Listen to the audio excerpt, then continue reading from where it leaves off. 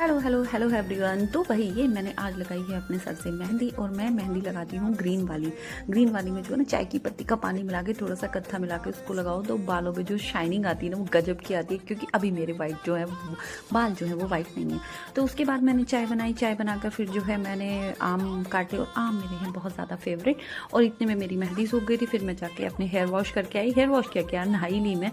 फिर शाम के खाने की तैयारी की। यहाँ पे मैंने बनाया है ये पनीर, बहुत टेस्टी बना था। फिर उसके बाद मैंने दूसरी सब्जी बनाई थी आलू टमाटर की। फटाफट से मैंने रोटियां सेकनी जो है वो शुरू कर दी थी, क्योंकि घर पे सब भैया और दक्ष जो है वो बैठ गए थे खाने के लिए। और फटाफट से सबको सर्व करने के बाद जो है मैंने स्पेशल अपनी थाली लगाई है, क्योंकि वैसे मैं शाम का खाना खाती नहीं हूँ, पर जब कुछ स्पेशल बनता है तो रुका भी नहीं जाता है। यही तो मेरी हेल्थ का राज है। और इस बार मैंने पूरा टारगेट किया था कि अपना वेट जो है कम करूँगी, पर भाई ऐसा बिल्कुल भी नहीं हुआ है। वजन जो है बढ़ गया है, कम से कम 3 kg।